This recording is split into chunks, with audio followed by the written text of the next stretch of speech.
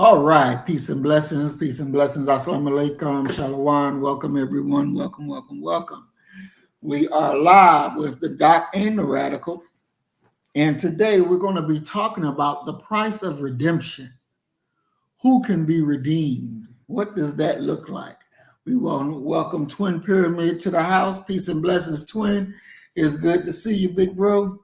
Where's our brother Deacon? We hadn't seen Deacon of Reality in a minute. Is he all right?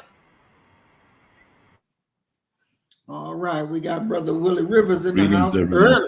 early. Peace and blessings, brother Willie. It's good to see you, big bro. All right. So again, our topic tonight is the price of redemption. Who can be redeemed? Don't miss Earth Angel, because you know Earth Angel and Maya known to act up. You know, I didn't good even evening see to Earth Angel everybody. pop in there. Peace and blessings, Earth Angel. We're glad that you're here with us. Peace and blessings.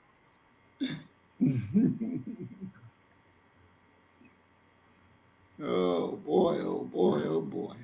Well, we got a good program today. Our topic that we're going to be dealing with is the price of redemption and who can be redeemed. We're going to be looking at different Black people in our sojourn here in America, in our sojourn period, so that we can see exactly what were some of the things that they had to go through just to make it, another day. We got Mayat in the house. Peace and blessings, Queen. We're glad to see you. And wow, we got a real good show. All right. So, Doc, the price of redemption. When we're thinking about redeeming or redeeming Black people, what do you think that price looks like? And what is the true cost? I know I heard the Honorable Elijah Muhammad say, "Yeah, you all want my seat, but you don't want to pay my price." Mhm. Well, What, you know, what I would throw the question at you and ask for, what do you mean by redemption? redemption? I mean to renew, restore, um, to fix, to heal, to make whole. When I think of redemption, that's what comes to my mind. To make Okay. whole, to heal, to make new, to give You life know, again. for me, using that as the parameters, the price of redemption is going to, in many ways, be life itself. It is going to be a lifetime battle for us, because not only are we battling against an enemy, we're also battling against a physical, a spiritual, a soulful problem, a historical um, misreading and anomaly that many of our people believe. So we not only have to debunk the things that they are believing in, but we also have to go that extra mile and begin to correct their false reality of what is real. And in many ways, the correction of that false reality has to be predicated upon what all educational and all religious teachings should be, should rest upon, and it is what is good for you, what is beneficial for you, what would your God want to happen for you. And of course, one of the biggest obstacles to that is that foundational belief in this nation that extenuates race at every turn, the foundational belief that race does not matter. Mm. I'm tired of hearing my people talk about race does not matter, when in fact, you look at those who have instructed them, they're the very individuals who have built their ransom, their kingdoms upon race and racial exploitation. I mean, take a look at your former president. He knows what he's doing. He's stoking those fires. Oh, they've come in and they've stolen your birthright, and yet at the exact same time, you have black folk, such as Michael Jackson, talking about it. It doesn't matter if you're black or white. Oh, it certainly matters, and it's always mattered from the on the North American continent prior to even the founding of this nation. Race mattered, and I yield, brother. Mm.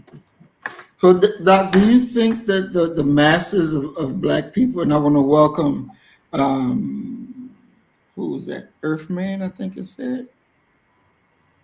Yeah, Earthman. Earthman came in. All right, I want to welcome Earthman to the program. Peace and blessings. We're glad that you're here, bro.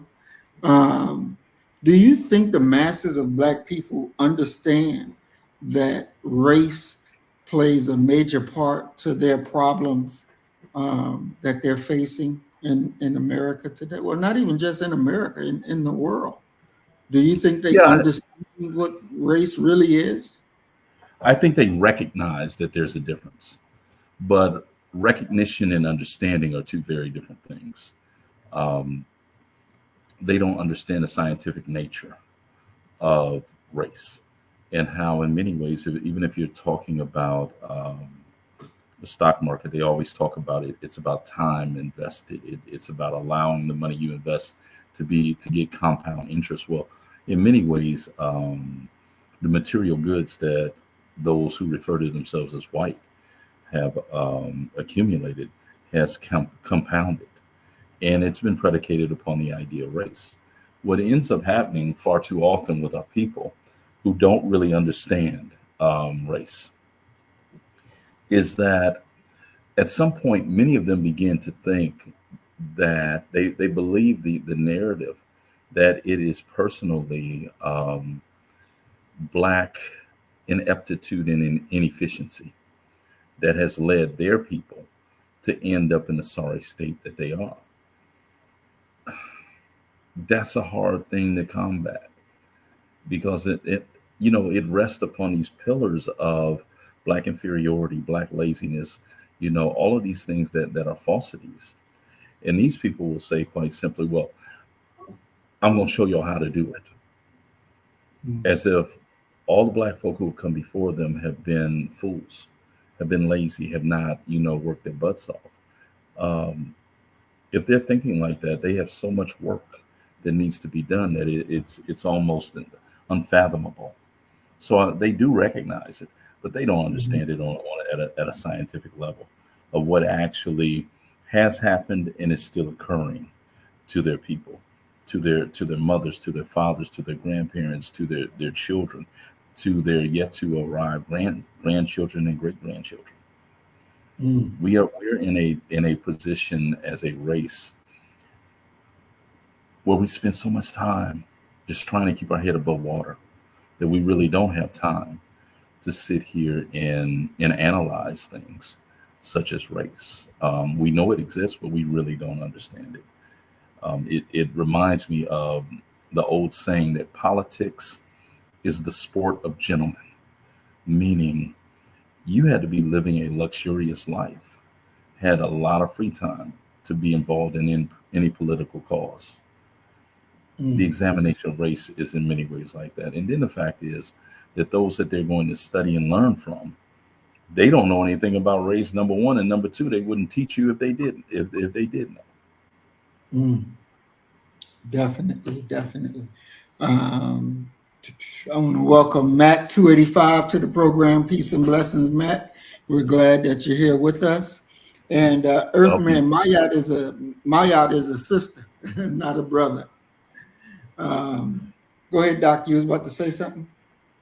Yeah, I mean, Mayat, with all that fire, sometimes you have to question because Maya to give it to you, tell you where you shouldn't be putting your money and where you should be putting your money. You're out here buying acres, giving somebody money to buy acres of land on your behalf. Go get your own acreage because that's what she did. Definitely, definitely. Earth Angel makes a good comment. I want your thoughts on this. She says, yes, it matters. The world runs on race, color of the skin. It's also mentioned in the Bible. Um, I mean, so, when we, if you go back and you read the autobiography of Malcolm X, and Malcolm talks about this when he was able to make the Hajj, mhm. and he's there, and he's doing all the ceremonial things, the religious duties that he's supposed to do as a Muslim. But he makes this very interesting point. He says that even in paradise, like gravitated to like. There's something there. The idea of collectivism, of there being strength in numbers, of taking care of oneself, and I lean towards the idea, and of course dealing with the American context, I view it this way: that the best thing that could happen for America is for Black folk to take care of themselves. Mm. Period. If Black folk learn to take care of themselves, we will be less of a tax burden on society in general. We could be in many ways a major contributor from a ownership perspective in regards to business and economy and different things in this nation. And if white America and other races were looking at this correctly, they would agree. But what they choose to do instead is to try and exploit us financially. Okay, come up with this educational chicanery, this sleight of hand. Um, because from their perspective, keeping us down helps them stay up.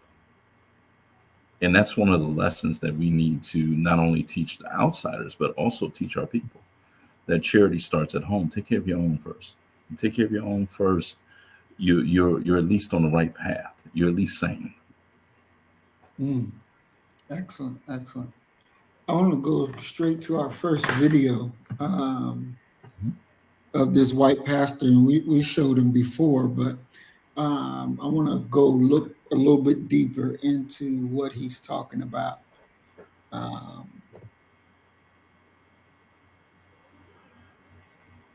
Max says we need to bring the black dollar back. Well, Definitely. certainly.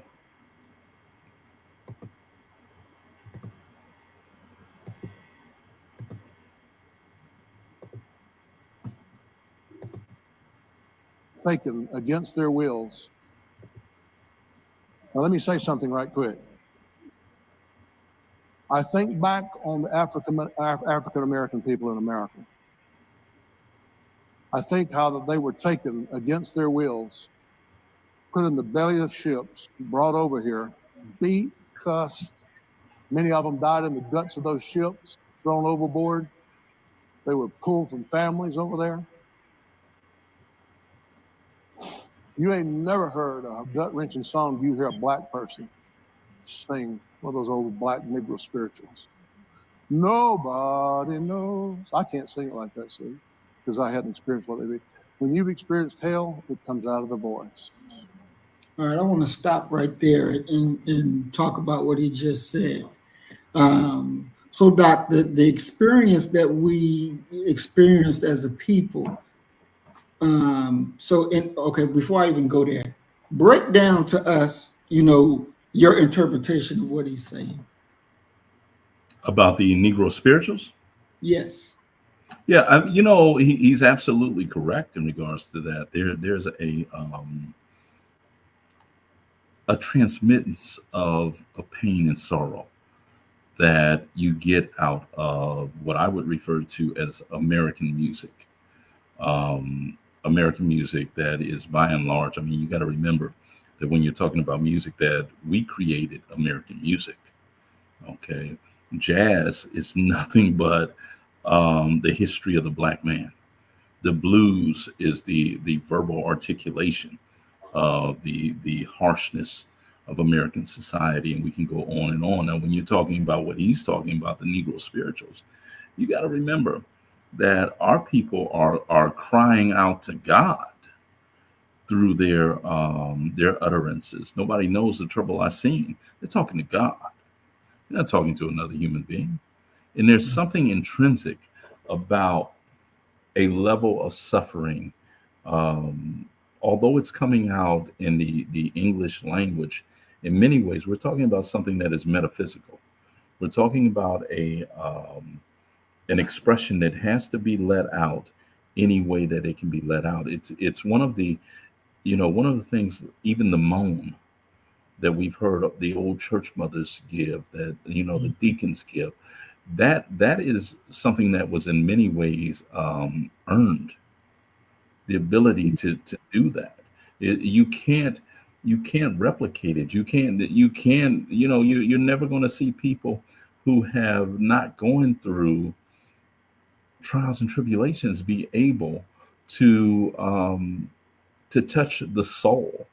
And the one thing that I would sort of challenge him about is that I believe that this can be found in communities beyond just Black folk. Um, it comes from the bellies of suffering. It comes from struggle. It comes from strife. So yeah, he's correct when you're talking about the Negro spirituals. I mean, think about what we refer to them as, Negro spirituals. These are spiritual incantations that we're sharing and we're singing to God. I was listening this morning. I had to go and do one of my least favorite tasks, and that is going to the doctor. My doctor is the equivalent. If you've ever seen My 600-Pound Life, he's the Nigerian version of it. Okay, he's just who he is.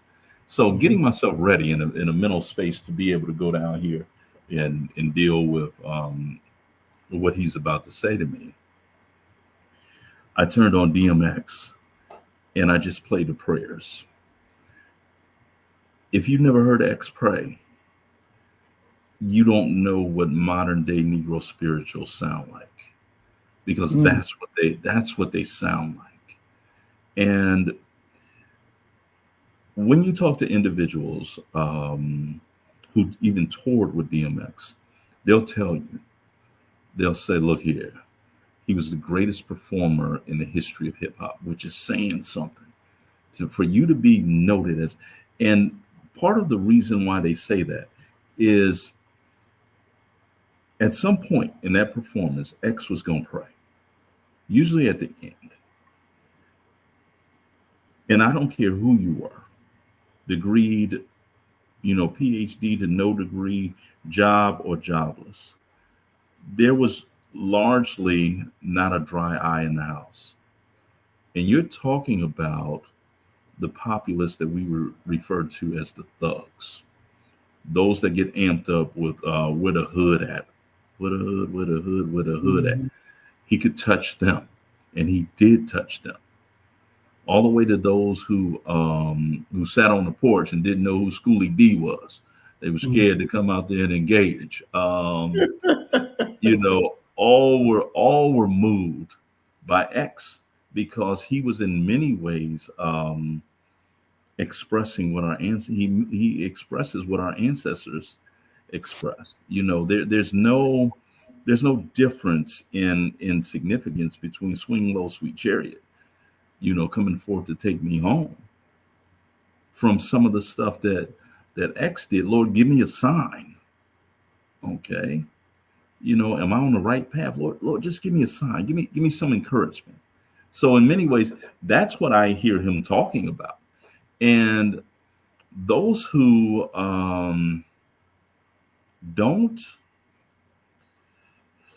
haven't had any of that struggle, they can't replicate that, and they don't have the right to even comment upon it, because it's something that they know nothing about. The idea of truly having to understand that the Lord is going to make a way out of no way.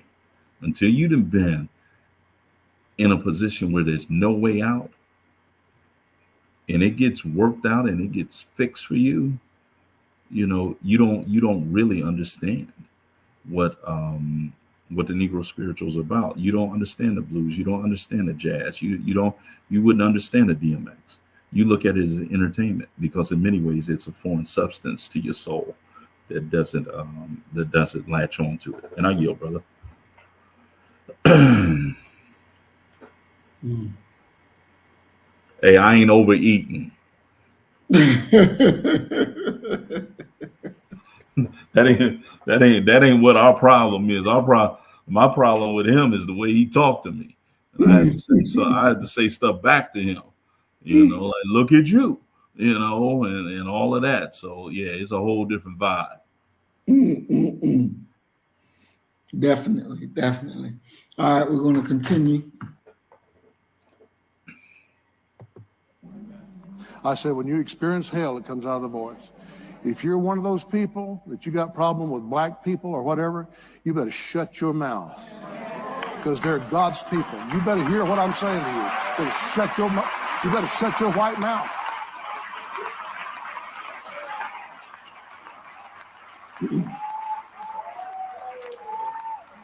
You better shut your white mouth. I'm not kidding you.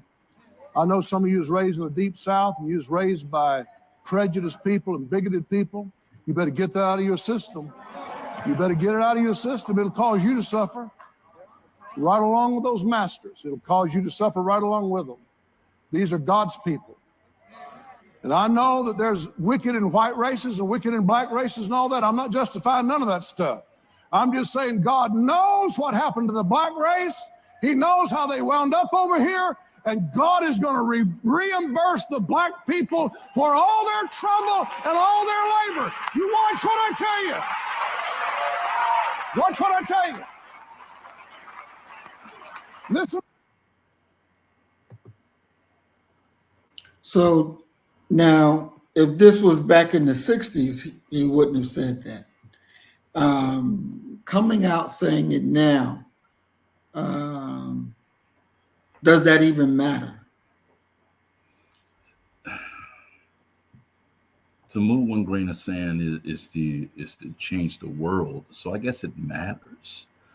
But you're talking about spiritual matters in a context of physical materialism. There's a part of me that feels that I'm not moved by that. Because in many ways, you're not demanding, you're not calling for anything tangibly to be done. Okay. And even those who were clapping there, how many of them would be willing to cancel or intercede in any way tangibly for black folk versus a hug that says, oh, I love you, my black brother. I love you, my black sister. That's a problem right there. Because in many ways, you can tell them to close their white mouths, but let's be honest about it. We're on about Act 83, Scene 14, when you're talking about America. So much has happened before, and so much economic inequality has occurred that if you're not really talking about interceding in the material, tangible realm, as well as the intangible realm, as far as education, health, different things like that, you really ain't saying nothing. You're rah, but nothing's being done. What are you willing to sacrifice, to give up? Okay, voluntarily, that you feel your people worked and earned. The Reverend Dr. Martin Luther King Jr. said it this way. He said the civil rights movement actually has two stages. The first stage is getting equality on the law books of America. The second stage is the activation of that equality, okay, to do something tangibly. And he says, unfortunately for us, once the first stage was achieved, the second stage was never even attempted. And I don't care how forward thinking, maybe John Brown, he might be the only one because he was, as they put it, partly crazy. But how many white folk, and I challenge my students and I challenge, other people with this question. Do you know any good white folk? And many of them will, hesitatingly raise their hand, and I'm like, okay, let's talk about these good white folk. Do any of them, honestly, do you think that they're willing to give up their job so that their company can be integrated so a Negro could be the first in that department, or things like that? And they say no. And I'm like, that's understandable, because we live within a capitalist society where money matters. And they're struggling and they're fighting to get ahead, like everybody else is struggling and fighting to get ahead. But until you have sacrifice, some significant action, you just talking.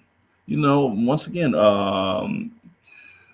why we can't wait. The Reverend Dr. Martin Luther King Jr. says something to this effect. He says, it seems to me that a nation that has done something special against the Negro for so long would not have a problem with doing something special for the Negro, at least for a period of time.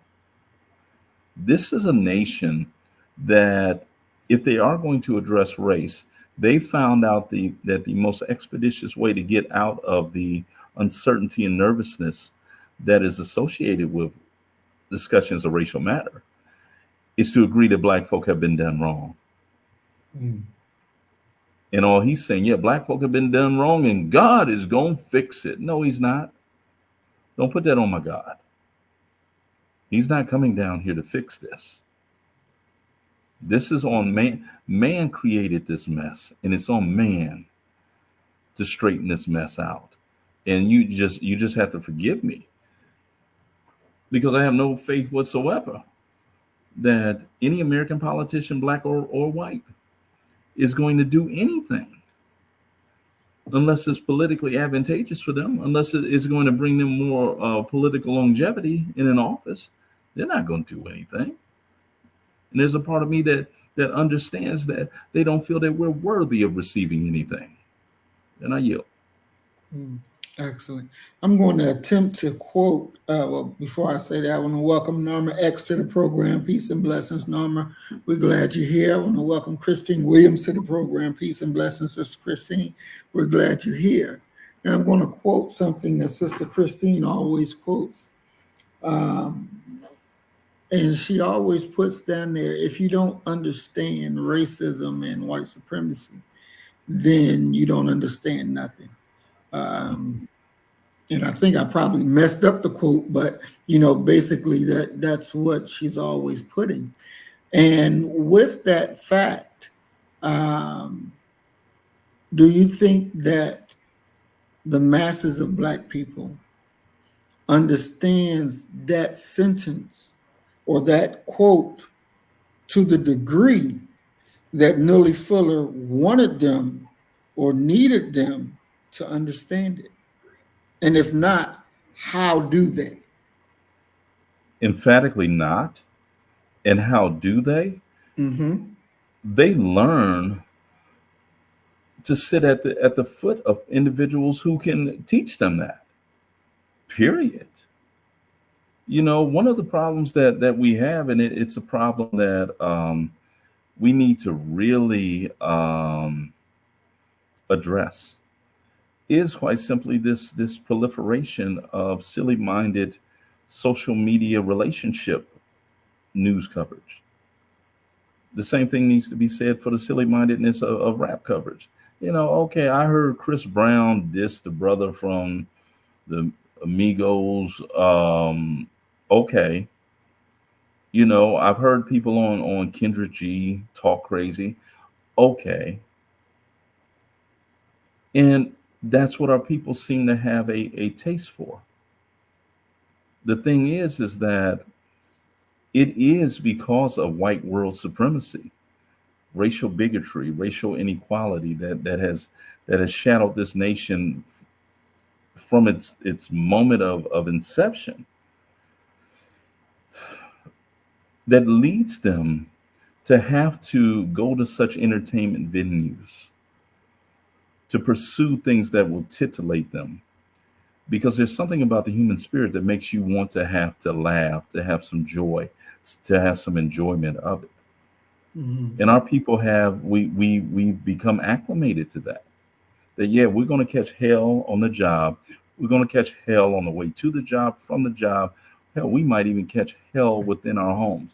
But check it out. We going out and we gonna get toe up. We gonna boom, boom, boom, boom, boom. That is nothing more than escapism versus sobering yourself up, going to learn something from our people, for our people, and about our people, and then joining others who are like-minded in one way or another, and making some significant, decisive changes that can, in many ways, help us to at least start recognizing, let alone fighting against white world supremacy. All right. And Christine Williams, she put up the saying, and I'll read it properly now. If you don't understand racism, white supremacy, what it is and how it works, everything else you understand will only confuse you. So that's the actual quote from Neely Fuller. Now, is that true, that everything else you understand would only confuse you? Is that part true? Well, I mean, the thing is that, and this would be my problem with the quote, is if you don't understand racism and white supremacy, you can't understand nothing else. You're just in a ball of confusion. What you think you understand is illogical, is immaterial, because you're missing the foundational understanding. And the foundational understanding has to be that everything that occurs within this nation, really within this world, has to benefit white folk directly and indirectly. And it's one of the things that I get a lot of pushback on when I say that outside of mentorship, Black teachers don't even matter now. And many people say, well, what do you mean Black teachers don't matter? Of course, Black teachers, no, because you're being given a script now. Now, the words that are being read may come out of a Black vernacular or a Black voice, but where are our schools? Where are our curriculum and instruction team to create a Black curriculum that can be poured into Black children versus this bland, watered down things? You know what I'm saying? Where do we get that? Where do if you're not even examining the position that you're in, what are we doing? What are we doing? We're doing nothing. We're spinning our wheels because you're not even aware that there's a problem. You just think this is the way it's been. You think that every day is going to be the same because that's the way that it's always been. No, it doesn't have to be. Not at all. Excellent. Ooh. Whoa. Whoa.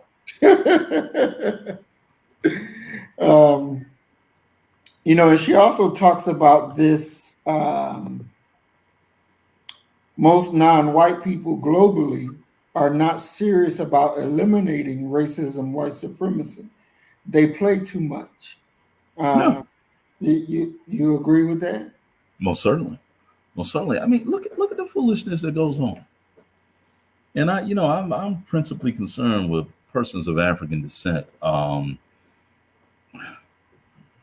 Foolishness, stupidity, to the point where you almost want to say, y'all like this condition y'all in. Because if you didn't, you would work to change it. But when we see no work whatsoever, we see no intention whatsoever in regards to correcting this.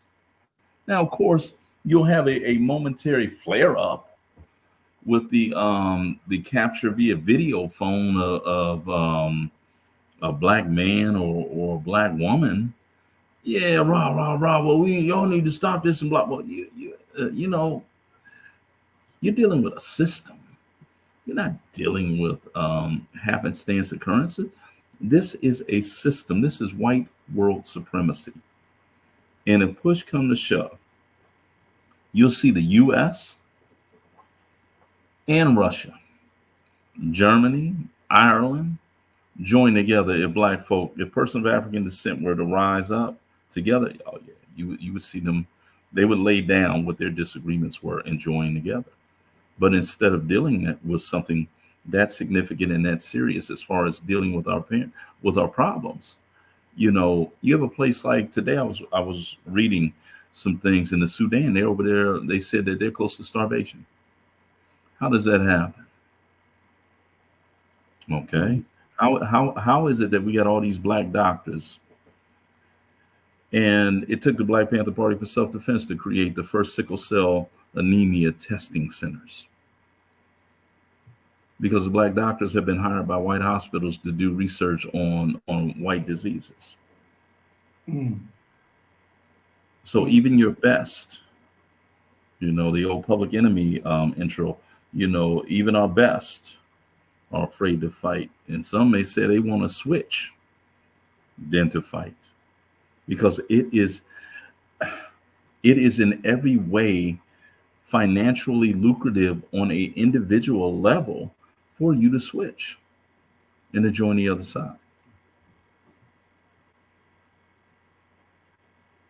All right. Excuse me. Boy, oh boy. So when we're dealing with the global issue of racism and white supremacy,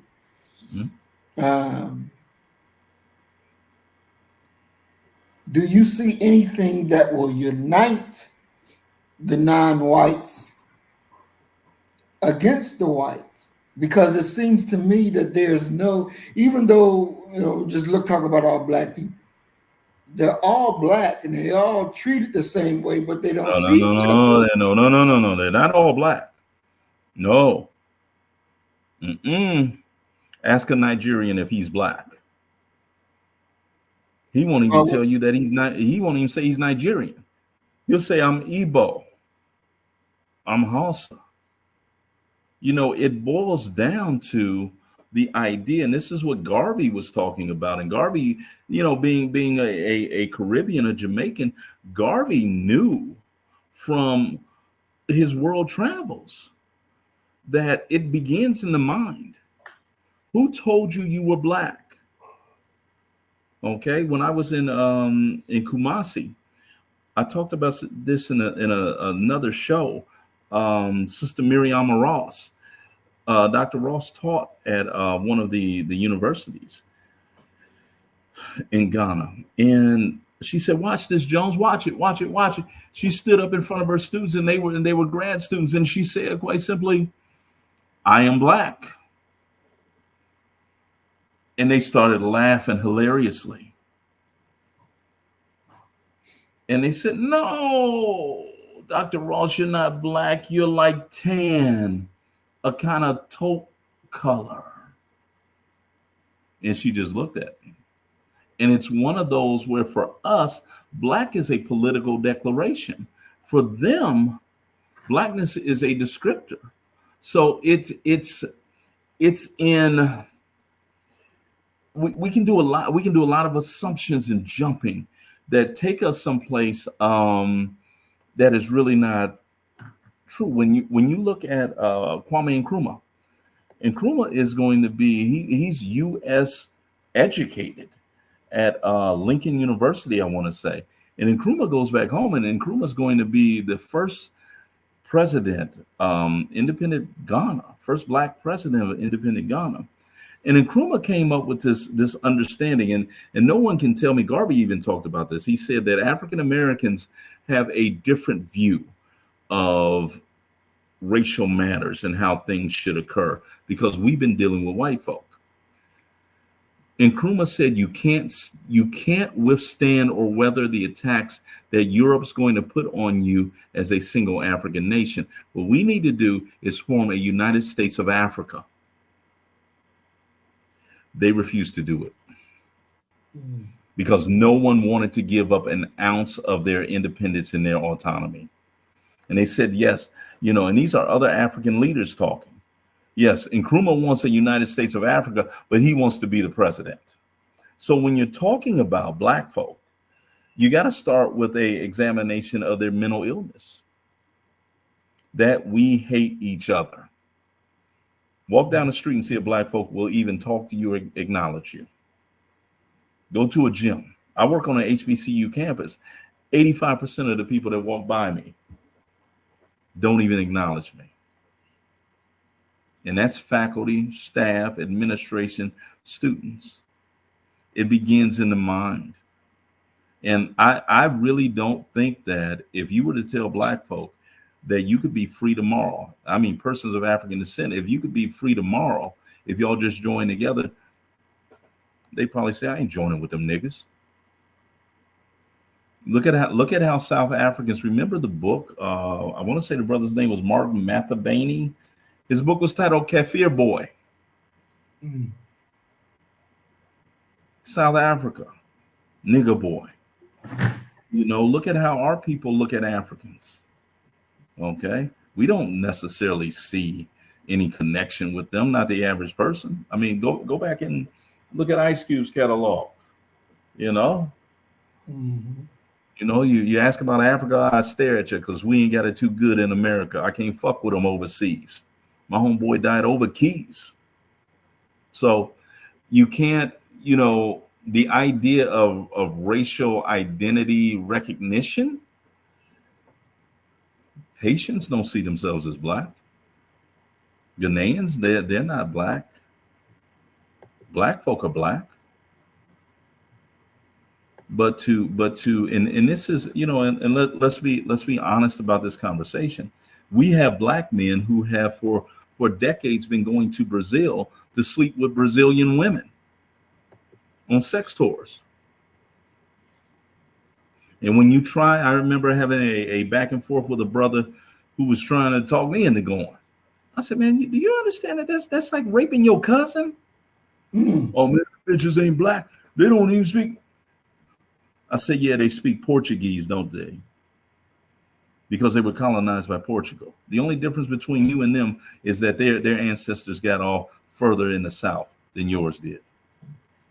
But that's not something that we're taught, and that's not something that we truly understand, the idea of self-love. Mm. Excellent, excellent. I'm going to go and take us to the next video.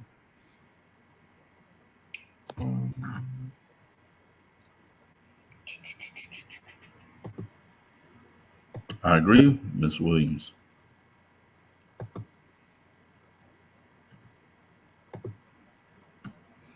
I saw you had Greg Carr video up there. Please don't put a Greg Carr video up there.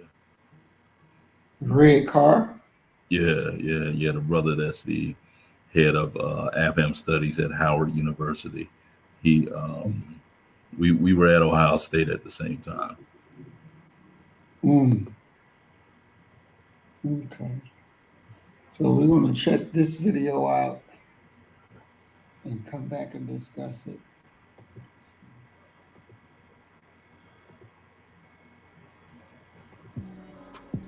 Hello, everyone, and thank you for coming to my channel. I am your host, Digga Oyama. Today is March 3rd, 2024. It's Sunday around 8 o'clock in the morning. I know my voice is very heavy because I just woke up. I have a lot of things to do today, so I just wanted to get up, do this video, and go take care of all of the things I need to take care of so that I can enjoy the rest of my day and get a break before I go to work tomorrow. Today, I want to talk about the Pledge of Allegiance, and it's crazy that I'm doing it because I just did a video where I touched on it. Yesterday, I was doing some shopping for my house, and I saw a ex-coworker, and we just got into casual conversation, and I found out that she's a military vet. And as we stood in the parking lot talking, she mentioned to me on a sidebar note that she thinks it's very disrespectful when people do not stand and pledge allegiance to the flag of the United States of America. And I said, pause. I said, sis, I don't pledge allegiance to the flag, and I don't think I'm being disrespectful for not doing it. And she just looked at me and asked me why. And I proceeded to let her know. When you recite the pledge and you listen to the words, how can I, as a Black woman, be okay and at peace with myself, knowing that America has not been kind to me or my ancestors? How can I pledge allegiance to a country? How can I pledge my loyalty to a country whose flag is dripped in the blood of my ancestors? Decades of racial violence. Our people's blood is in this soil, from the East Coast to the West Coast, from the Gulf of Mexico to the Canadian border. Blood crying out from the ground, men, women, and children. So many people that we love have been killed, and they have not received any type of justice in the United States of America.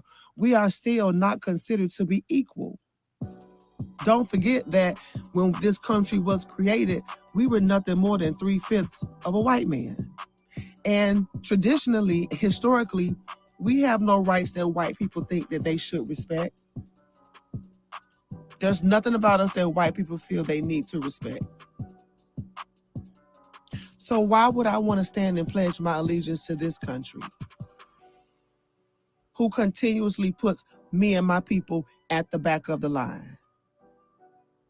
Because history has recorded the atrocities that they have unleashed against people of color. I said, I'm sorry, sis, but I can't do it. I can't do it. And I asked her, I said, besides you being a military vet, what makes you desire to stand and pledge allegiance? Besides being a military vet, is there any other reason why you feel that we should pledge? And she said, basically, because I'm a military vet. And I said, well, that's very selfish of you. Because you're a military vet. Millions of us are not and never will be. And that's part of the problem that this society, this government always feels, white people in general always feel that they have to force something on other people. They've traveled all around the world forcing their laws on indigenous people, forcing their language on people, forcing religion on people. Forcing themselves on people, forcing their pledge on people. Everything has to be according to the way of the white man for them to be at peace. It has to be their way or no way at all. And that's very problematic to think that something is right when you're being forced to do it. To my understanding, the Pledge of Allegiance was created to bring back together the North and the South, because they were just torn apart after the Civil War. How can white society repair itself? So the idea was to get through the white children. That was recited at a school for white children where black children were not even welcome. The Pledge of Allegiance was not created for black children. They didn't have us in mind when they created that pledge. That was something for little white children. And it originally said, I pledge allegiance to my flag. So any country could have adopted it, but that was not good enough for the United States. They had to have conference after conference after conference to get it right to where it says, I pledge allegiance to the flag of the United States of America. They have to possess it. They have to have ownership over it. And then they want to force it on school children every day, 5 days a week. If I'm not mistaken, in Texas, if students don't pledge allegiance, they can be expelled from school. And the individual that I was talking about, that led me to this discussion, she said in Florida, under the new governor, Ron DeSantis, in one particular school county, they passed a vote and said their children are required to stand and pledge allegiance to the flag of the United States. But if this is a land of immigrants and it's equality and justice for all people, and there's a separation between church and state,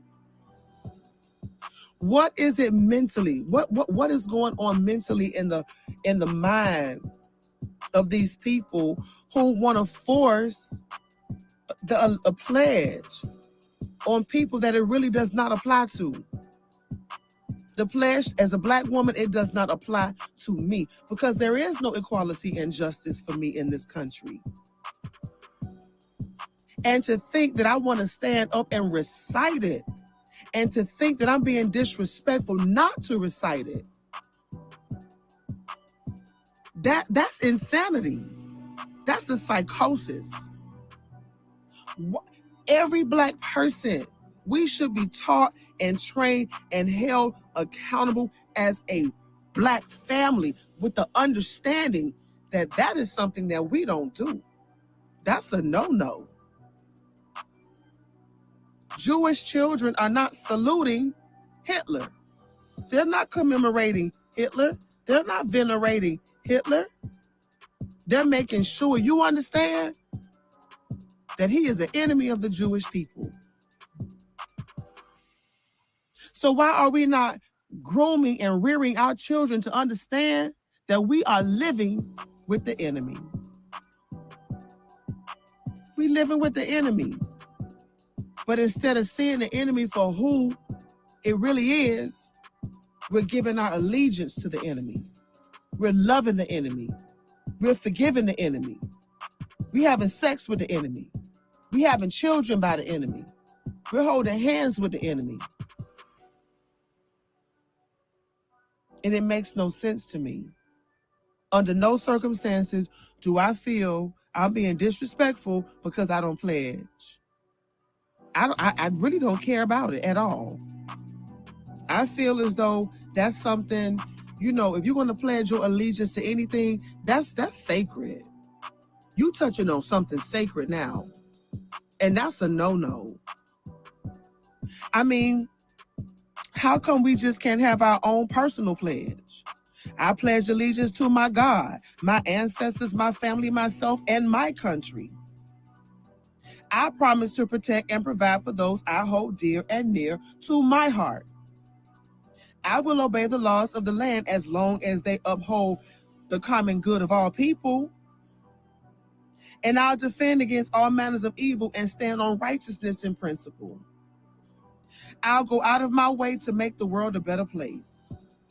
All these things I will do with honor and integrity under the sacredness of my art, so that my days here on earth and the lives of my children will be blessed by God forever. Ashe. That's my pledge. That's my pledge. The pledge is personal, like your underwear and your bra and what you do in your bedroom. That's something that's sacred to you, not to no piece of fabric that's drenched in the blood of your ancestors. The law of this country never has applied equally to our people. So many of our people are still waiting for justice, and the evidence is right there. Evidence, primary sources, eyewitnesses, no justice whatsoever. So I don't think it's disrespectful. I think it's my reasonable service. And that's just that. Let me prove my point. Okay. So that is our sister Maya. I dropped the link for her channel in there so everybody can go and check it out. And so I want to get into some of the things that she talked about. Doc, are you back? Yes, sir. I'm here. Okay. She talked about the pledge. Hmm. And she said, basically, we should not be pledging allegiance. Um, and I I said, said what? what I said. um, but she gave us, our own pledge that she was saying that we should say. Hmm. Could that be an act of redeeming? Could you could you find yourself being redeemed by saying a pledge like that? If you're a Black person every morning while you're getting yourself together, before you go out and face the world. One of the first off, I say yes, but one of the things that I found to be very interesting, I sometimes go down these rabbit holes on the internet, and there was a guy who was talking about reprogramming your brain, and he Mhm. said, "Listen, you can start by switching the hands that you brush your teeth with in the morning." And begin, saying positive thoughts. He said that's a revolutionary act that will, in many ways, rewire and reprogram you from what is your typical routine. So, definitely in that sense, yes. It is a an act of, from our perspective, rebellion. It is a part of insurgency. It is the insertion and the acknowledgement of agency that you do matter and that you don't have to be. And this is one of my greatest problems that I have with my students, and it is their lack of engagement. They're so passive that you can say whatever you want to them, and they may not catch it because they haven't read, what have you. But they're just so passive. Black folk in general, and I don't care if you're talking about economics, politics, education, even our the way we structure our lives and think about our lives, we're so passive. So to go ahead and do a Black Pledge of Allegiance, yeah, it would definitely help. It would frame your day, just as their Pledge of Allegiance framed everything that you thought about. Your allegiance is to this nation, and this nation will never be divided. It's indivisible. Okay, and it's undergirded with the idea of liberty and justice for all. um if you recite that, yeah, you begin to believe it after a time. And to Mhm. give allegiance to something that has historically worked against your best interest is a act of insanity. Mm. Wow. So, would you suggest that even starting children off when they're going to preschool, that's when you should be introducing something like that to the child? Most certainly. Most certainly. There's no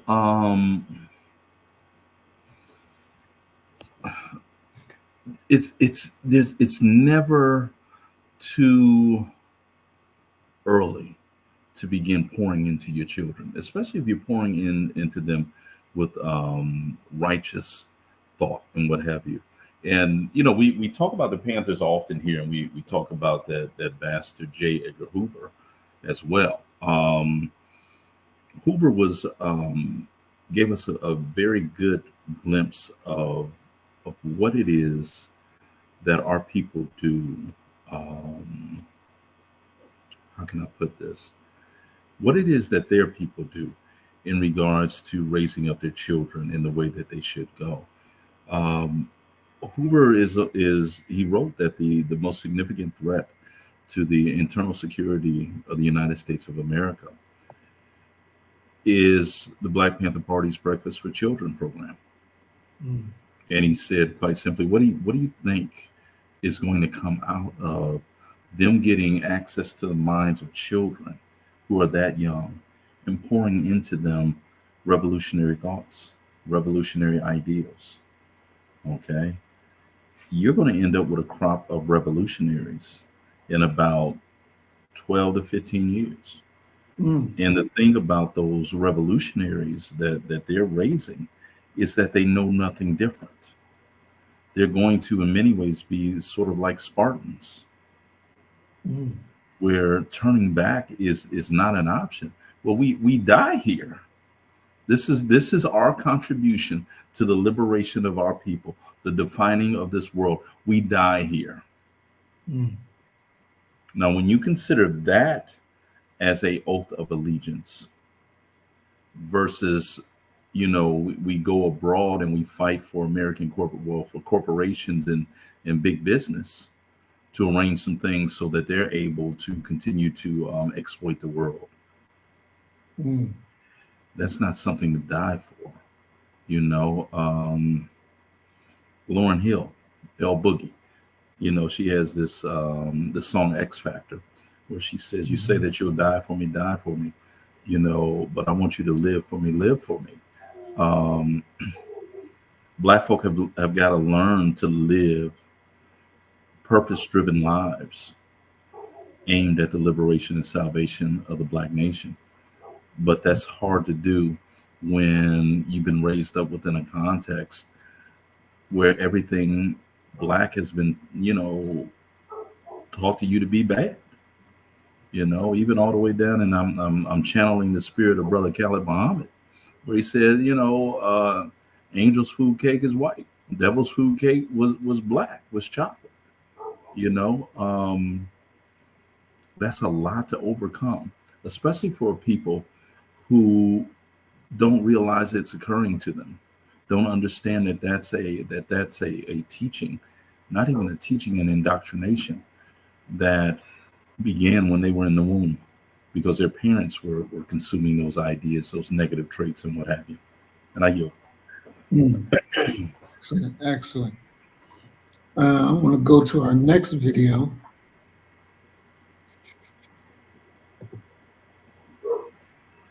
Oops.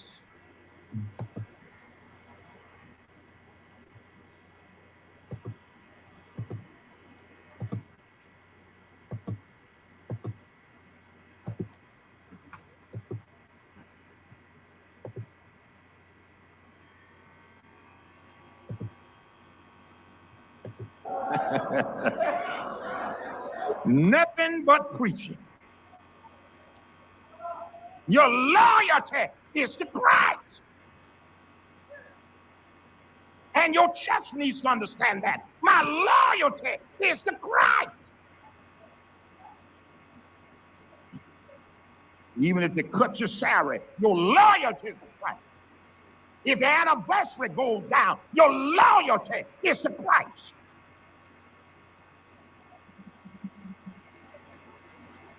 Do you know what the problem is about that? And I'm just going to let you something know. Listen here. You know what the problem is with this Jeremiah Wright thing? White people, and be sure to get this correct so you can get it to YouTube, have never repented of their transgressions.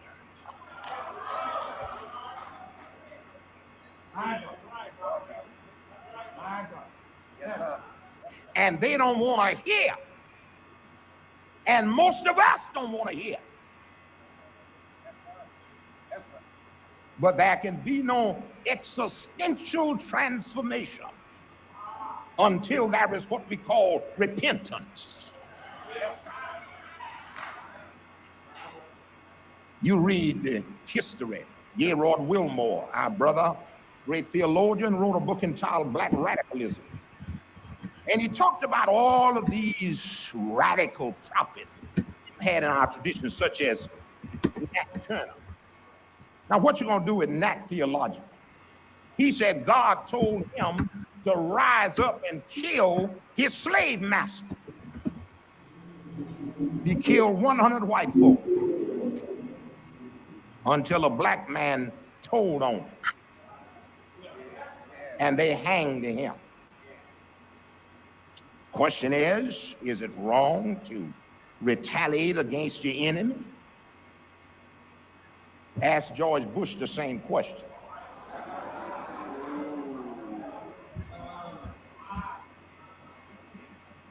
Jesus is not only for personal ethics, he is also for national ethics. Nat Turner killed 100 people. Said the Lord told him to do it. Now, let's look at that theologically, soteriologically. Let's raise the question. Was Nat saved or was his slave master saved? If you say that the slave master was saved, then you accuse God of being a white racist.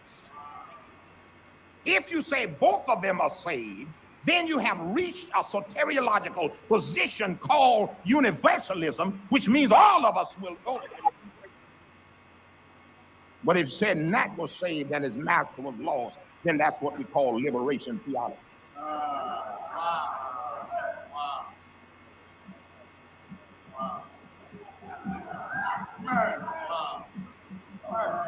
You got Denmark Vesey, Gabriel Prosser, Henry Highland Garnett, who spoke 10 different languages.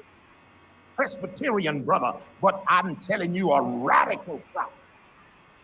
Bishop Henry McNeil Turner, the great AME bishop, who said the flag of the United States was nothing but a rag. See, Jeremiah Wright, this stuff didn't start with Jeremiah Wright. We've had crazy people all of our lives, and I'm one of them.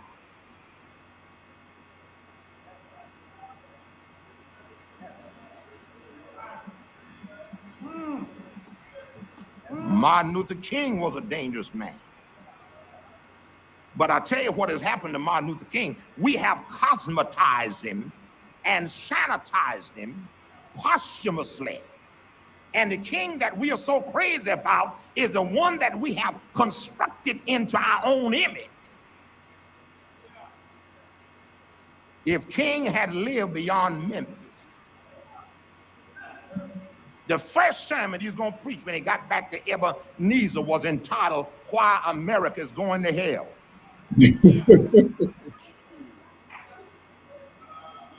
He said, America is the greatest purveyor of violence in the world. Same words.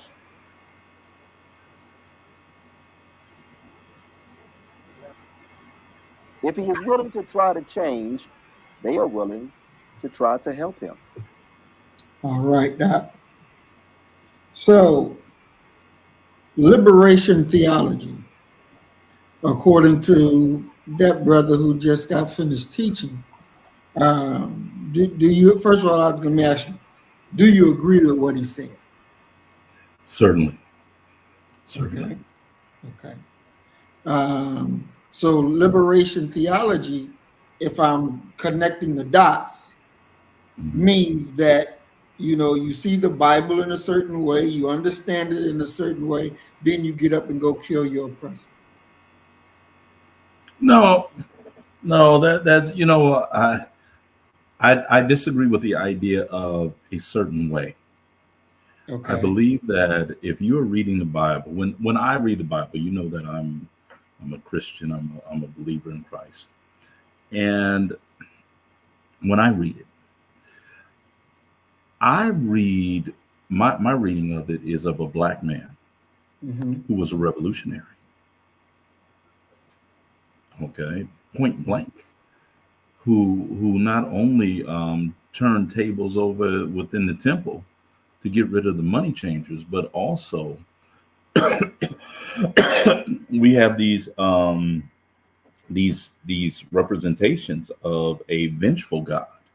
We have these representations of a God who would step into a fiery furnace with you.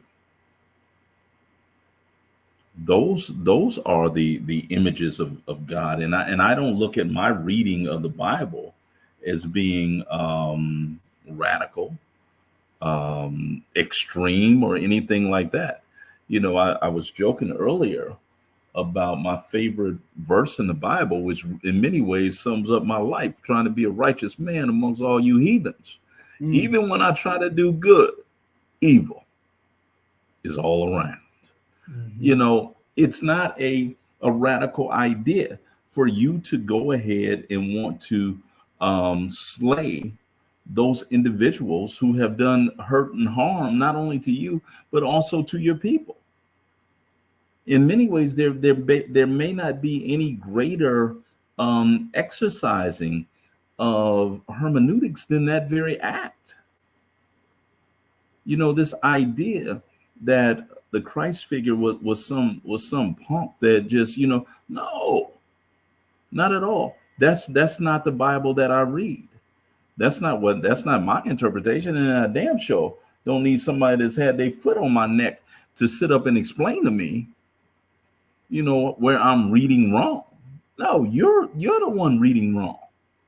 Because the truth of the matter is that you can't even get his phenotype, meaning his skin color, correct.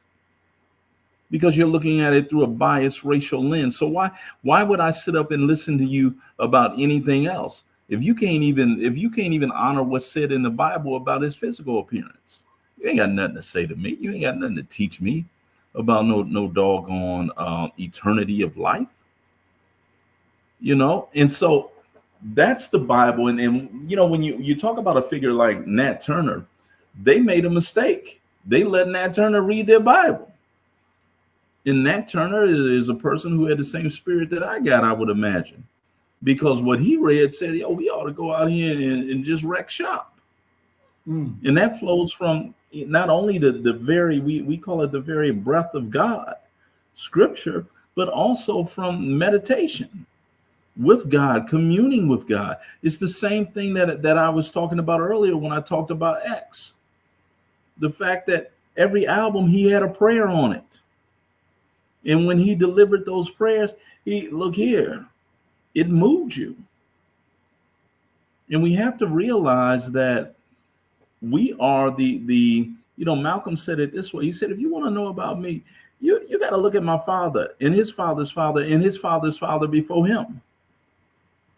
Because our cells have memory. And so what you are born with and you end up leaning towards, that was written in your cellular structure generations before. And so what he's saying right there, I agree wholeheartedly with it. But I don't look at it as no radicalized reading of scripture. I look at it as a correct interpretation. And it's an interpretation and they should be afraid that the oppressors, that the money changers, that the exploiters, that the vipers should be concerned about. They're the ones that need to be nervous because they're the ones that are not. They're going to eternity. But that eternity will be hell, which for believers is distance from God. He doesn't even want them close to him. Him and all them little chicken wing angels that they try and tell us about.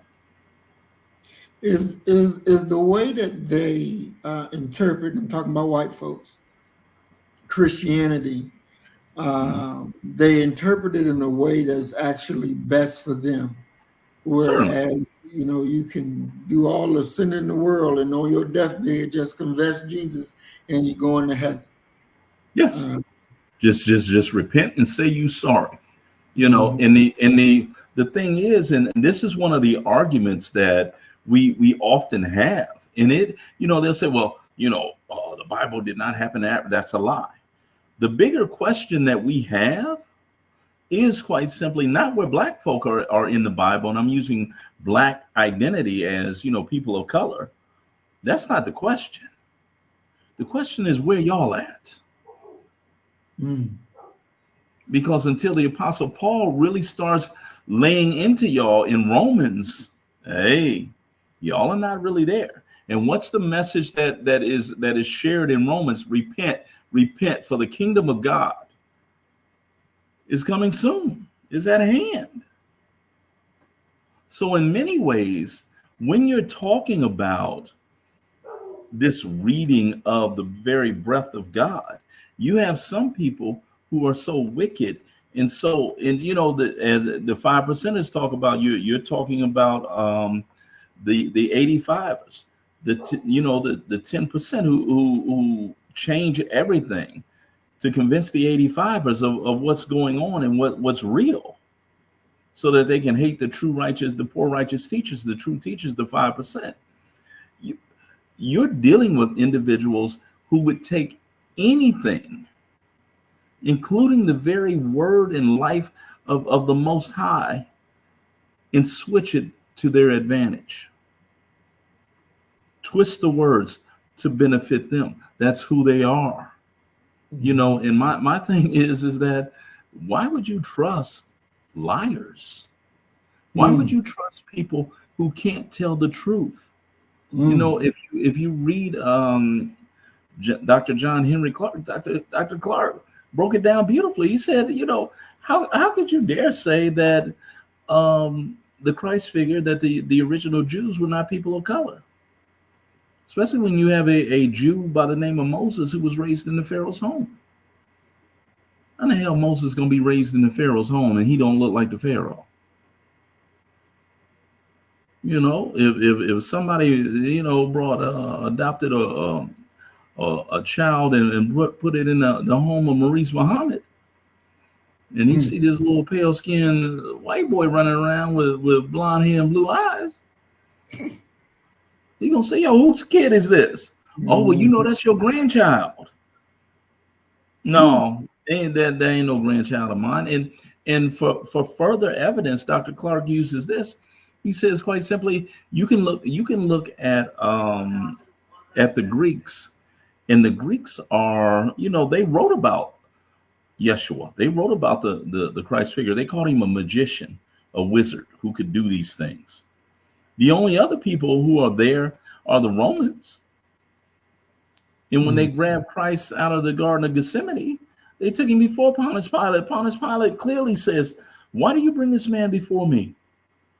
I have no authority over him. If that's the Roman representative, he's telling you he's not Roman. If he's not Greek and he's not Roman, what the fuck was he then? And the Egyptians go a long way towards letting us know what the original Jews look like. They left pictures of their damn selves on every wall. Vain bastards. Okay? So there's no doubt about that.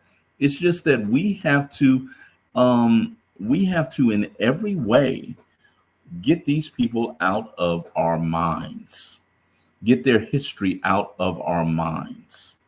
And even if you don't know what we're saying, historically speaking, clap and cheer anyway, because we represent y'all.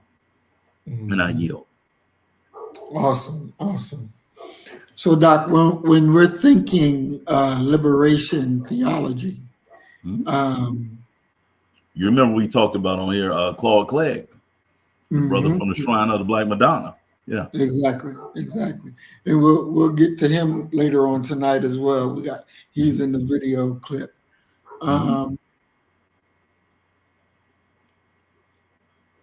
We don't want to say liberation came out the barrel of a gun, but liberation came out of what?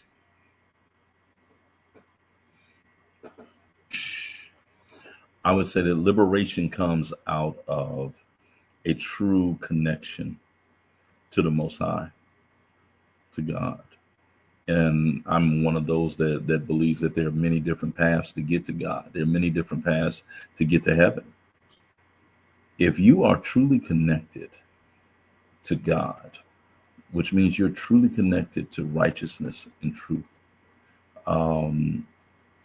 you won't settle for oppression. You'll fight and you'll claw in every way imaginable to bring truth, justice, and honor to the land of the living. Because you would understand that what you're doing, the service that you're doing, that is your admission ticket. That's the cost of making it to eternity in heaven. Mm. Deep, deep. Um, you know, when before I ask you that, the guy said that it was a black man who sold Nat Turner out, who spilled the Mhm. beans on him, and you're in agreement with that, right? I just know that Nat was captured. Let me say that. More than likely, it was some Negro who turned Nat Turner in. However, Mhm. we got to remember that Nat Turner was free, quote unquote, on the run for weeks after the insurrection in Southampton, Virginia. The greatest evidence that we have of what occurred is that because you can't survive for weeks without food and water, is that the black women in the black community there actually knew where Nat was, and they provided him with the necessary food and water and things like that to extend his life. But the identity of who turned him in, I don't know his identity. I couldn't name him. And do you think that they are more dangerous than the enemy? Who Negroes who run and tell white folk? Yes. No, they're not more dangerous than the one that sent them to do their bidding. Mhm. Okay, they're as dangerous. They are as untrustworthy. They are as unreliable as your enemy because they are your enemy.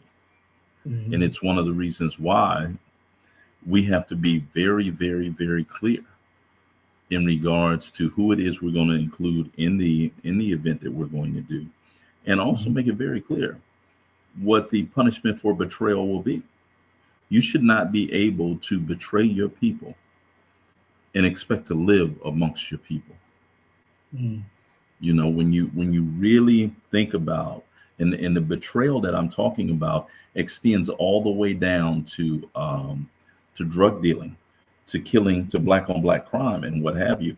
We need to Mhm. draw the line that any activity that harms black folk directly or indirectly, Mhm. immediately or on a delayed schedule, needs to be dealt with the same level of betrayal as any other is.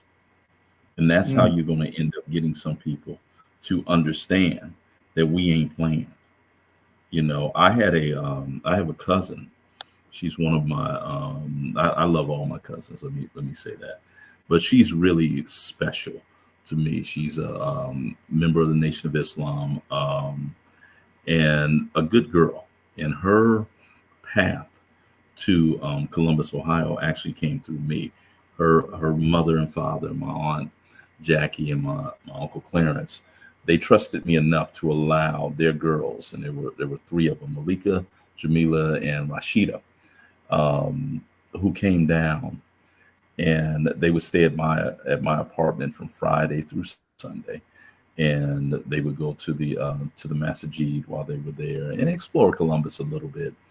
Well, that's my cousin. That's my family. Okay. And so I still remember I was leaving. We had Elaine Brown on campus that day. I interviewed Elaine Brown earlier, and I went to her speech. She was giving a speech later on in the day. And I had, I'm leaving the event. I see my cousin. And I say to her, "Yo, what's going on, cutie?" She turns, sees me, runs up, hugs me, and this, and that. And I'm like, "What you doing down here?" And she says, "Oh, I had to come and pick my boyfriend up from Woody's." Now, Woody's is a bar. Okay. Mm. Now, this is my cousin. She, Nation of Islam. She ain't done no wrong. And she said, "Well, here's Charles," and she's trying to introduce him to me. I said, "Look here, bro. Don't you ever in your effing life have my cousin come into some damn bar to get your ass. Mm. Ever." Okay. I said, Mm. period. Okay.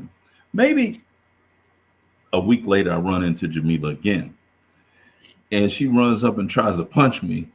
And I'm like, "Okay, what's going on?" She's, "You Right. scared? You scared Charles?" I said, "If I scared Charles with what I said, Charles need to be scared." Okay. Mhm.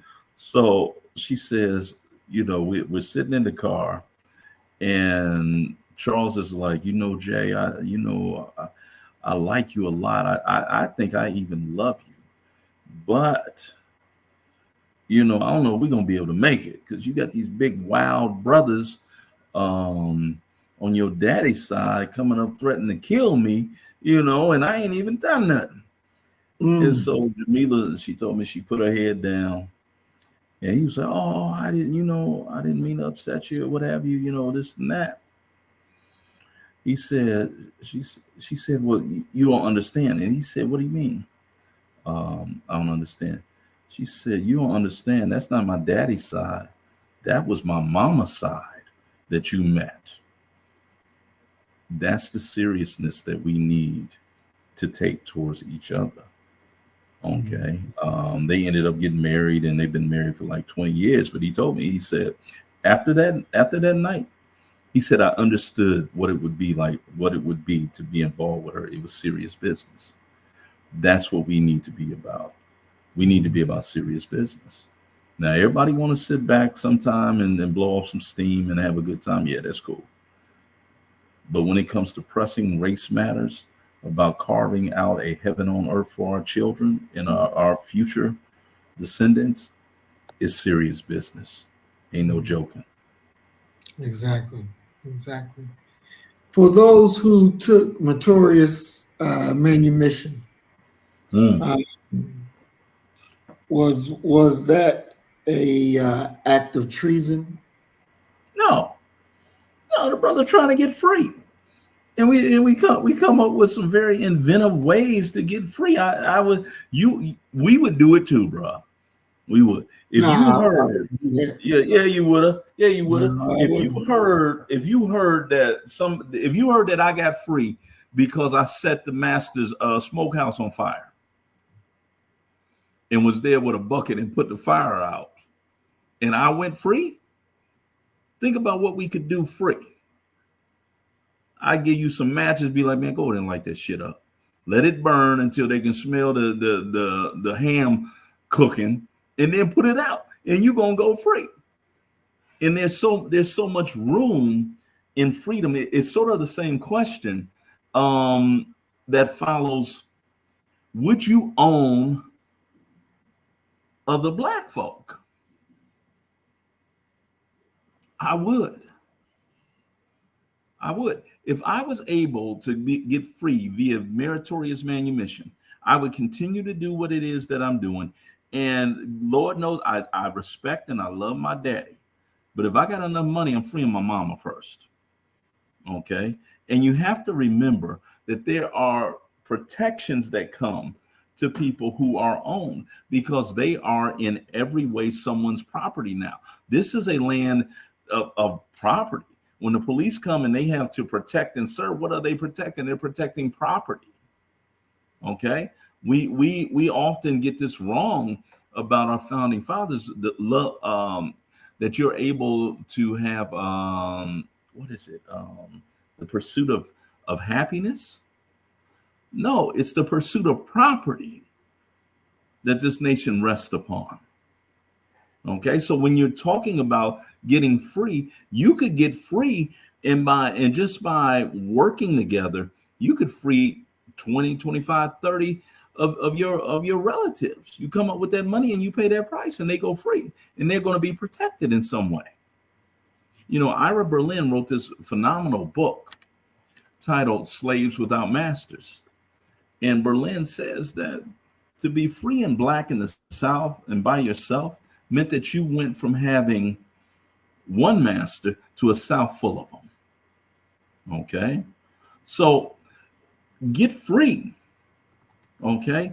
And then in every way, make maneuvers from your free perch. You got to remember when you look at a figure like David Walker, Walker was free. Okay. You look at Mariah Stewart, Walker's protege. She was free. You have a free black populace there. So if you're able to get free, you can work and free other black folk and continue to agitate and work for the end of slavery. So I'd go free, bro. Okay. via poisoning them and then saving them. I would do something. You got to remember that scripture says that it is impermissible. It is repugnant to God for a Christian to own another Christian. When our people found that out, they went down there to the praise house and caught the Holy Ghost. And when they woke up, they was free. Until white folk decided, hey, too many of them are going free this way. So the path to freedom was varied. So I don't see working and achieving and securing meritorious manumission. Your merit is not always going to be, and it usually wasn't, predicated upon helping white folk. It was fooling them. Now, unless I've got my memory kind of awkward here, the meritorious manumission, they was catching black people and bringing their ass back into slavery, right? That could be a form of meritorious manumission. Okay, that could be one of the paths, but in all likelihood, if you have someone who is a great slave catcher, you wouldn't let them go free because they're running and telling.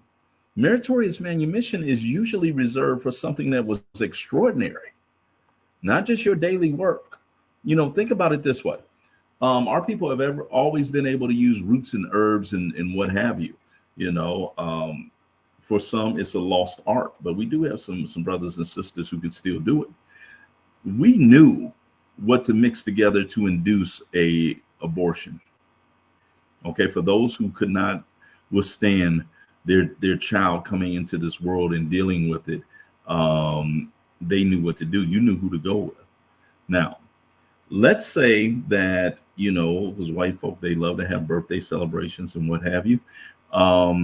You have the cook that works in the house. She's going to make a birthday cake, and she put a little something in that birthday cake, and everybody got sick.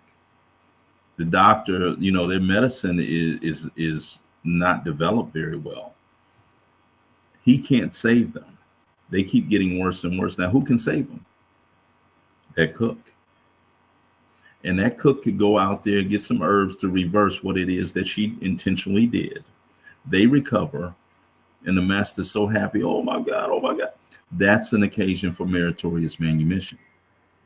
Okay. If something catches on fire, that could be a case of meritorious manumission.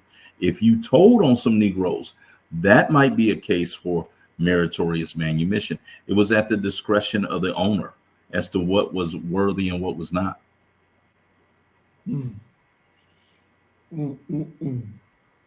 Well, you know, I think that they definitely have to weigh what they do. You know, even in the movie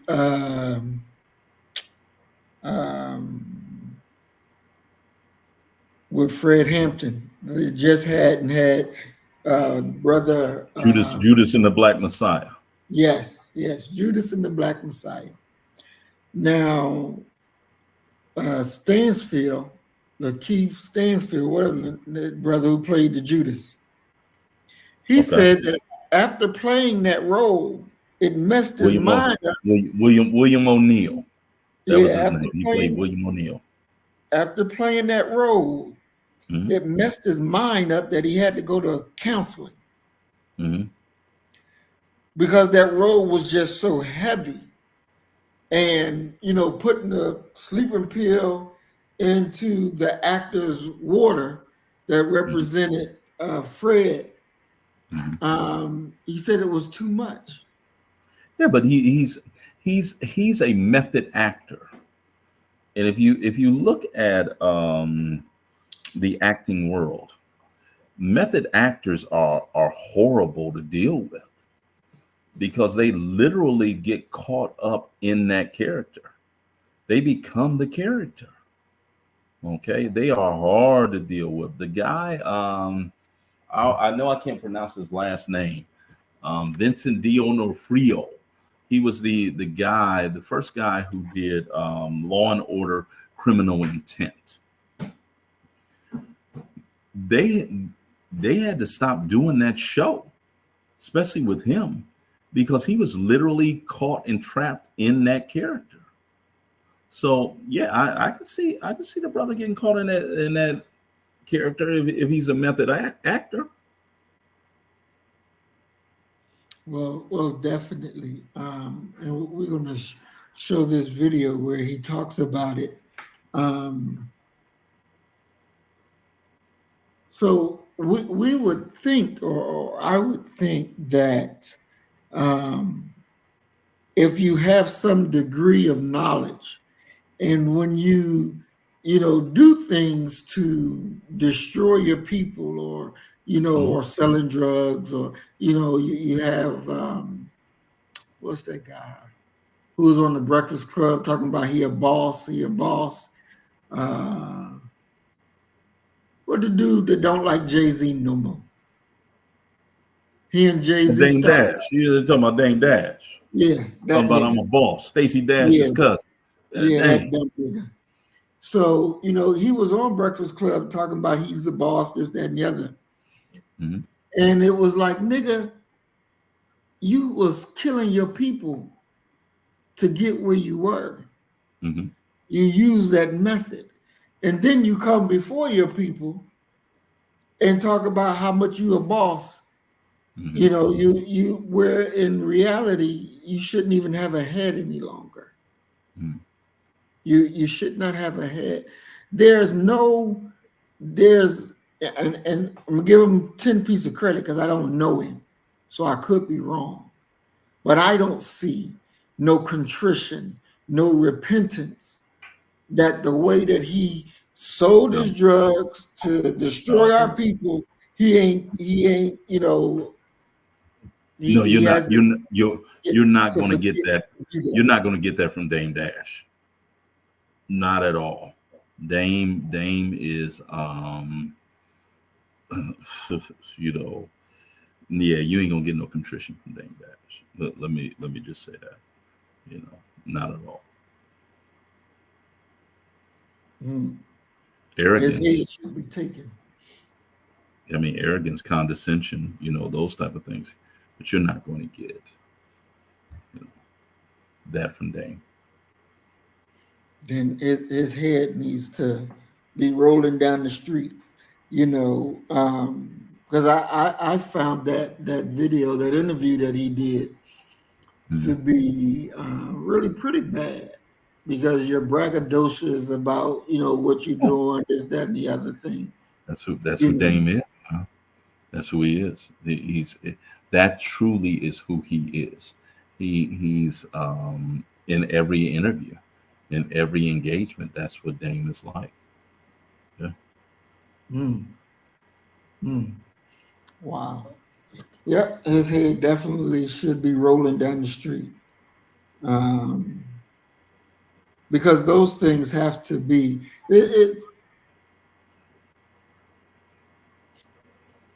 I understand that our people who do that, trying to get money, this, that, and the other, trying to make it, and maybe they don't see another way of making it, and they go that route.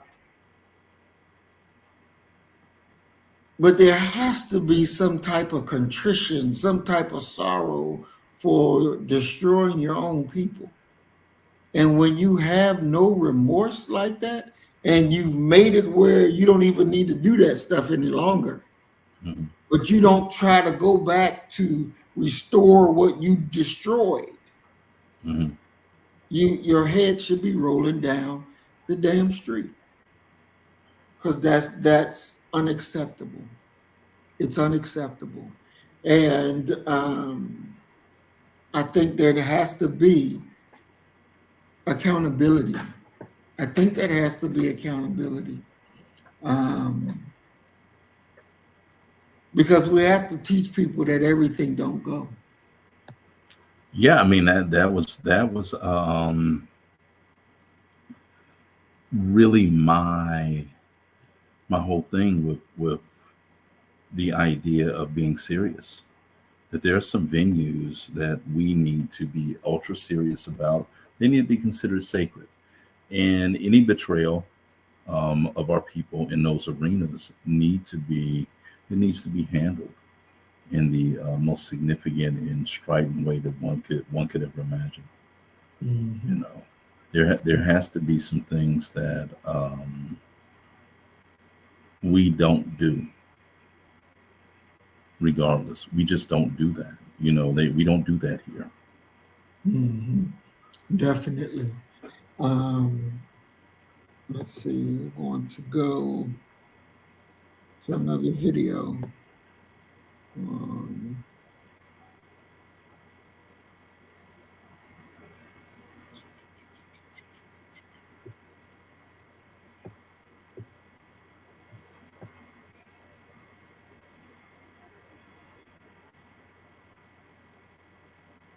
For Reverend Clay, Albert Clay, what was it? The Shrine of the Black Madonna. Do you know what was the emphasis behind him creating that?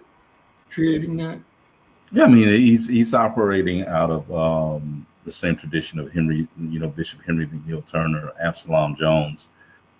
It is a grabbing of the gospel and tailoring it to fit Black folk. They have their own Black view of Jesus, of God, and what have you. Title of the book is Black Christian Nationalism. If you want to read their ideology, and it's the idea of Black folk coming together and making their God not only a person of African descent. Their God is Black, and He's going to intercede and He's going to work on behalf of Black folk. And it's the reason why when you listen to Reverend Clegg, that he sounds Albert Cleage. I keep saying Cleage. He's built different. His ideology is different. You can tell that he believes different. I remember a panel discussion where Malcolm was taking people apart, and he says, "But now that Reverend Cleage right there, now he got it. He understands what it is that we're trying to do." And we have a Shrine of the Black Madonna here in Houston that has a bookstore next to it, a event center next to it, even has an apartment complex for senior living that's right across the street from it. So they've done a great job of Black business, of Black housing. They're trying to circulate the dollar. Okay, even here in this, because I want to say that the original shrine was founded in Detroit. Wow. And so his thing was more of political power, more religious focus that leads us to all the other different the spirit powers.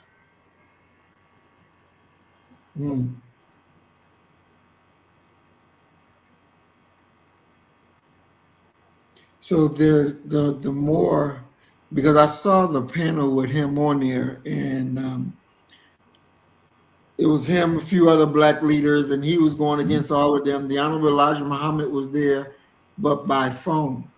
And at first when the messenger spoke, he went after him as well. Then after the messenger spoke a different time, then it was like, okay, I'm more in line with what he's talking now. And it seemed to me that Reverend Cleave was definitely talking about having power, but this was going to be a political power, because you can live in your neighborhood, but if you don't make the laws in your neighborhood, you can own every block on there. Yeah, but it's somebody else. Yeah, it's the classic definition of Black nationalism, that the Black man should control the education and politics, the politicians that are within his community. That's what Albert Cleage was able not just to theorize, but to actually do. He created an institution that was by and large focused upon that. And I've had students who came up through their school, through their church, and in a word, they're different. They're a lot more serious. They're a lot more focused than the average student. Yeah. So they still have their schools and stuff going. I don't know if the school down here is still going. These are collegiate students, so I don't know. I don't know if the school is still. I know that they still have the bookstore or what have you, going. But there's been some allegations of, and I can speak about my experience in trying to even volunteer there, that it was very disorganized as to what it is we want to do. Wow. It's difficult to be a teacher in these schools that we have today. They're very difficult. And I truly salute all you teachers who go to school every day trying to do your best. And you're dealing with, sometimes some of the roughest and rudest children out there. But every day you get out there and you do the best that you can. There was a one time when I took my daughter Freedom to school to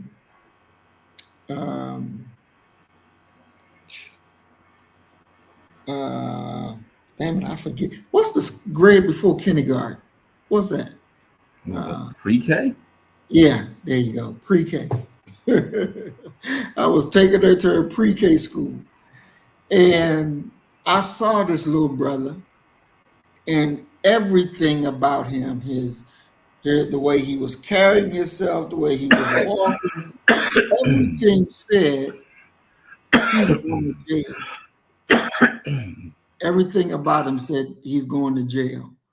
Everything about him said, he's going to live a life of prison. And that was the first time I've ever saw that. And to see it on a child that young was really mind blowing. And I looked at the teacher, and she was off doing some other foolishness. And so I took control of the class and just started talking to them. And my thing was to try to prick their understanding enough of who you are and what role you have to play in this world so that we can create a better world. And, when I started and teacher come to herself with what I was doing, she was looking at me like I was crazy. But, you got this little one over here running around doing everything that he ain't got no business doing. So somebody, damn it, had to take charge. So I had to take charge. And is the administrations missing that type of energy in the schools today that's willing to take real charge to try and move the children from the road of destruction to a road of promise?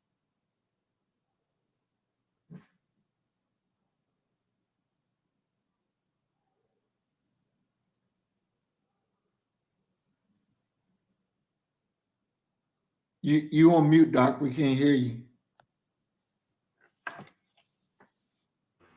I would say that, to be honest with you, I believe that there's an absence and a lack of vision, which unfortunately is coming from the administration.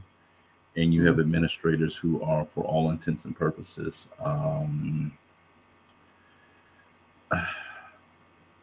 that they have a stranglehold on classrooms and the teaching of students and the treatment that students are going to receive. And that stranglehold is in many ways an uninformed one. They have no idea what's going on within those classrooms. And when you have such listlessness and such lack of direction, you have a faculty that is going to, for all intents and purposes, not be able to administrate even a classroom because they don't know what to do. They don't know what the rules are. They don't know who's in charge even. Should I reprimand this student? Should I not reprimand this student? So I'm not surprised that a person from the outside would actually come in and be able to administrate, because you're operating just on what is proper decorum and common sense. Many educators today are not allowed to do such. And it's a problem. I'll just say it that way. It's a major problem. Wow. Definitely. Christine Williams says that true teaching is a born skill, and it's out of love and compassion for people to keep one humble. Is it necessary to be a teacher to have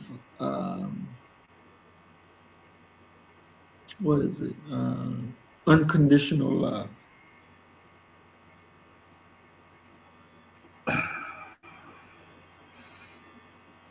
No. I think that teachers are born and not made, if I can say that. Teaching will literally kill you if you're not a teacher and you try to go up in there and you try to make a career out of it. You'll find almost instantaneously that this isn't what you're supposed to be doing. And many people try to do it for a paycheck. And a paycheck is not substantial at all. It's just they can't figure out another way to kind of make money. Unconditional love, I don't know, because I know of all types of different teachers who are, some of them were nice people, some of them were exhibited unconditional love, and some of them were downright assholes, but you still learned from them. They're not there to, it's kind of like parenting. They're not there to be your friend. They're there to challenge you. I can tell you, I got so many students who probably hate my guts. And after they were out of my class, immediately after, I hated his class. But fast forward 10 years, they say, you know what? Now I get it as to what he was trying to prepare us for and this and that. So unconditional love, I mean, you have to, I think that after a while, as an educator, you get the understanding that these are not your children. You might only have them for one 15-week class. You do with them what you can do with them, and then you move on. They're not yours. So the goal of an educator needs to be to move the needle somewhat, to make a contribution of that dash between the birth and death date of life in these young people. Nothing more, nothing less. All right, excellent. We're going to go ahead and go to our last video. And you actually spoke about this earlier. And it shows, even though you didn't know what today's program was about, that we were still in sync.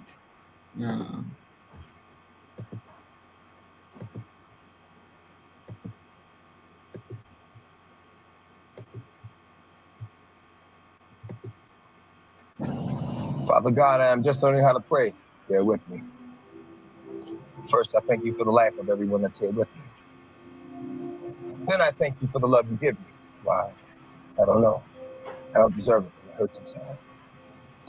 Many a nights I cried and called your name out loud, but didn't call you when I was doing good, too proud. And still you gave me love. I wasn't used to that. Most of the people that gave me love ended up taking it back. That's something new to me. So I'm asking you for time to adjust. Let me make it there. I will be one you can trust. What I stand for, I put my life on. I do. I guess what I'm asking is, show me how to stand for you. And I will rap for you, sing for you, reach for you, preach for you, teach for you. I will love you like you love me, unconditionally. And I will always be prepared for whatever the mission will be. Give the nutrition to me, and I'll properly digest it. And when I give it back, I will show you word well invested. And whenever I go, before I go, let me give. Thanks to you, Lord, for my birth, for every day that I've lived. You gave me a love most of my life I didn't know was there. I give you my life because you cared. Amen. Amen.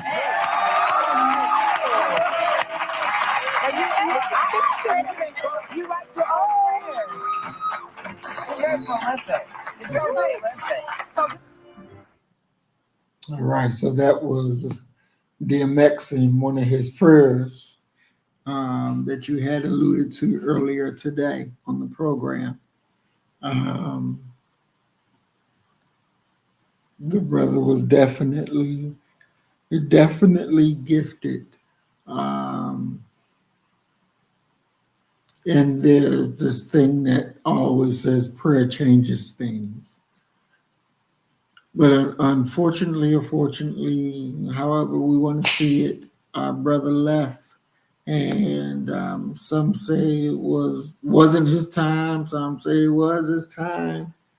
You know, we're only here for a limited amount of time, and then we got to go. Appreciate that brother for everything he tried to do. I know I watched when he was in Arizona and he was going through back and forth through the court system. And I felt very sad for the brother. But, you know, it's those who you keep around you. I watched a video where he was doing an interview and he said he was, you know, went to the club and doing his thing and tore it up, you know, came back, him and his friend, and he thought that they were just smoking weed. And dude put something in it. And DMX was like, he was my dog, you know, we were down. Why would you do me like that? Why would you do me like that? And he was hurt that he did him like that.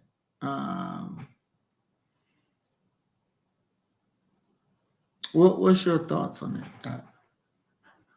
On X? Mm-hmm. I had the privilege of meeting that brother several times, man. Like the Elaine Brown thing, you know, one of the things that we would have to do is take the athletes. I was working for John Cooper's administration at the time, and one of the events that they wanted to go to was a Def Jam concert that came through. And, you know, Jay was there. There was a whole lot of, you know, the Def Jam artists were there. And X was there. And that was my first time meeting him and really getting to talk with him. And the conversation was a soulful one. I'll say that. And out of all, you know, I'm a Rakim fan, Nas, but out of all the hip hop artists out there that I met and talked with and what have you, it's X, whose life and his walk from addiction to it all, you know, that I most identify with, you know. Soulful brother, good brother. You know, he's no different than a brother like Oscar Grant, who was killed in Oakland. Shot. Michael B. Jordan made his story famous with Fruitvale Station. Just a real good, down-to-earth brother who was empathetic. And unfortunately, when you're Black and you're empathetic, it wears on your soul in a way that nothing else wears on your soul, because you can physically, let alone psychologically, feel the suffering of others around you. And Lord knows there's enough suffering occurring within Black America for us to all have heaping plates of it. So love the brother, miss the brother. Um, I work out to his music to this very day. Um, Probably my favorite gospel song is the one I mentioned earlier, Lord, Give Me a Sign, because it in every way represents my own walk and how difficult it is at times to stay the course, to stay in the game. Definitely, definitely. All right. So we are at our time. Um, we're going to go ahead and move to closing comments. So, Doc, the price of redemption. A lot of our people talk about um, the way we've grown up and, things that have happened to us that were not good things. But I was talking to a friend of mine and they said that, the way they came up wasn't the best, but it Mhm. made them prepared for today. Hmm. Um, the whole slavery thing, the whole Jim Crow thing that, our people went through. We went through for a reason and for a time. The children of God had to go into the promised land to challenge the devils, to challenge the giants, because the promised land was ours. But they couldn't be weak. They had to be strong and they had to be hard and they had to be battle ready mentally and physically, battle ready. And I believe that's where we are today. We have to be battle ready. Um, can you talk about what you believe that price for redemption is, and who are those who can be redeemed? The for me, the price of redemption is your very life. I'm reminded of one of my most vivid conversations as a child. My mother would read to me, read all kinds of things that were dealing with Black history, Black studies, Jet magazine, Essence, whatever. And from an early as a child, I understood what Black folk, some of what Black folk had been through. And I remember asking my mother this question, and this is my answer in regards to redemption and who has to pay it. I said, with all that our people went through, what do I owe them? And she just looked at me and said, your very life, your entire existence. And that's the price of redemption. That's going to be the cost, because we're dealing with real devils here. Okay. And we're dealing with devils that our people often believe what they say, believe how they, what they do. And in many ways, if our people are not careful, they become idolaters. Mm, Their arms are too short to box with white God, mm, a belief system that directly betrays everything that we've been through and everything that we know. And I'll end it by saying this: when I hit the sixth grade, it was the first time I went to school with white folk, and it was a very traumatic experience for me that I still, if I reflect upon it, I can still feel some of the trauma. And this is really my entire from 6 through 12 experience, because I was one of those that they pulled out and made go into the accelerated / college prep track, because tracking was really big at that time within our schools. Um, I go ahead and I'm explaining this to my mom. And my mom says, listen, we're going to all have these battles, Black versus white. And we have to send our best. That's why we're sending you. And that's what I would send as a message to all of us, is that, yeah, God is sending our best. He's sending you. And you must know no retreat. You must not know fear or being tired. You know, you got to trudge through and confront them in public and private, in the voting booth, behind the cash register, everywhere that you can imagine. So go for yours, but understand that you're going for yours, and us supporting you means that you have a hell of a duty, a hell of a responsibility in regards to us, because to whom much was given, much is going to be required. And our history has strengthened us. It's made us tough. There's nothing to fear. We go forward. And, you know, you'll either win that battle or you're going to lose that battle. You know, so either people are going to be liberated or you're going to go home and be with the Lord. So it's a win-win. So no fear. And I yield. Perfect. Thank you, Doc. I want to thank all of our audience for tuning in and hanging out with us. We love y'all. We appreciate y'all. And we're glad that you're here. And as we always say, you kill the nigga in you, I'm going to kill the nigga in me. And our God will reign supreme. We are Black first, today, tomorrow, and forever. Love you, family. Peace and blessings. Assalamu alaikum. Shalom. You better get the message and get it straight. You're going to need some bridge work. It's simple as that. Because we're living in judgment. We're living in implementation.